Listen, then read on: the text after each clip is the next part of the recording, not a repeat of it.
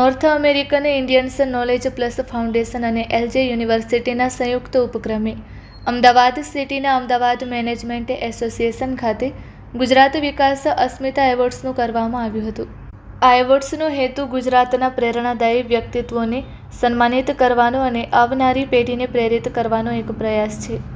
આ કાર્યક્રમમાં મુખ્ય મહેમાન તરીકે ગુજરાત રાજ્યના પૂર્વ ઉપમુખ્યમંત્રી અને સાંસદ સભ્ય નરહરિભાઈ અમીન, પૂર્વ અને પશ્ચિમ વિસ્તારના ધારાસભ્ય અમિત ઠાકર, અમિત શાહ, બરોડાથી પધારેલ દ્વારકેશ લાલજી મહારાજ, એલજે યુનિવર્સિટીના પ્રેસિડેન્ટ ડૉક્ટર મનીષ શાહ, બોલિવૂડના એક્ટર ડિરેક્ટર દીપક તિજોરી, સમાજસેવી પત્રકાર એવા વિષ્ણુ પંડ્યા અને કાર્યક્રમની સાર સંભાળ માટે ભાવેશ ઉપાધ્યાય તેમજ ગ્લોબલ મેનેજમેન્ટ થિંકર તરીકે ડૉક્ટર શૈલેષ ઠાકર હાજર રહ્યા હતા.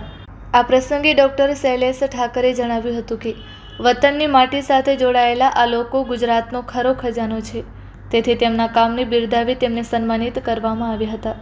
આ પ્રસંગે રાજકોટ, સુરત, અમરેલી, મુંબઈ, જામનગર, વડોદરા, ગાંધીનગર અને અમદાવાદ જેવા શહેરોમાં રહેતા વિવિધ ક્ષેત્રના અનસંગ હીરોઝને એવોર્ડ્સ એનાયત કરી સન્માનિત કરવામાં આવ્યા હતા.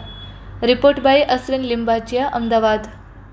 નમસ્કાર, હું કુસુમ સુથાર ગાંધીનગરમાં રહું છું. મને આજે ગુજરાત વિકાસ અસ્મિતા એવોર્ડથી સન્માનિત કરવામાં આવી છે. મને બહુ સારું લાગ્યું છે. હું 30 વર્ષથી જે કામ કરતી હતી એ કર્મનું ફળ મને આજે મળતું દેખાઈ રહ્યું છે. જય હિન્દ, જય ભારત.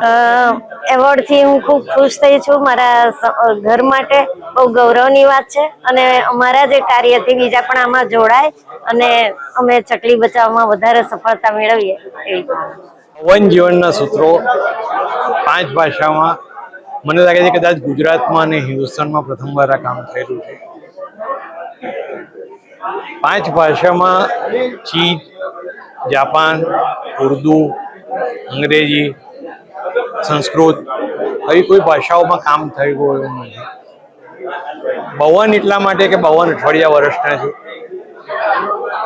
અને માણસને પોલિશિંગ કરવું, આયનિંગ કરવું, સ્ક્રેચિંગ કરવું એવું હું માનું છું. અને જ્ઞાન બહુ મહત્વનું નથી, પણ જ્ઞાનનો અમલ બહુ મહત્વનો છે. જ્ઞાનનો અમલ મહત્વનો એવું હું માનું છું. એટલે પુસ્તકમાં પણ અમલ થાય એવી આશા રાખું. જે વ્યક્તિઓનું સન્માન થયું એ વ્યક્તિઓને ગુજરાત વિકાસ અસ્મિતા એવોર્ડ જે અર્પણ થયું એ બધી જ વ્યક્તિઓ અદ્ભુત છે. સમગ્ર ગુજરાતની છે.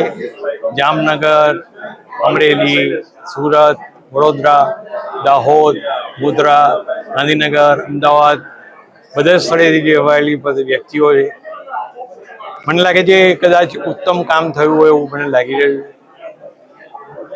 અમદાવાદ ક્ષેત્રએ નોલેજ પ્લસ ફાઉન્ડેશન્સ અને નોર્થ અમદાવાદ NAI મને લાગે છે અમેરિકન્સ ની જાતના સમાચારો આવી રહ્યા છે છેલ્લા 1-2 મહિના 6 મહિનાથી. એ બધાની વચ્ચે હું એવું માનું છું કે પોતાની જન્મભૂમિ અને પોતાની કર્મભૂમિને ભૂલવી ન જોઈએ અને એના ઉપર અદ્ભુત કામ થવું જોઈએ એવી આશા સાથે માટીને ભૂલ્યા વગર, જન્મની માટીને ભૂલ્યા વગર પણ આ સંસ્થા કામ કરી રહી છે. અદ્ભુત છે એવું હું માનું.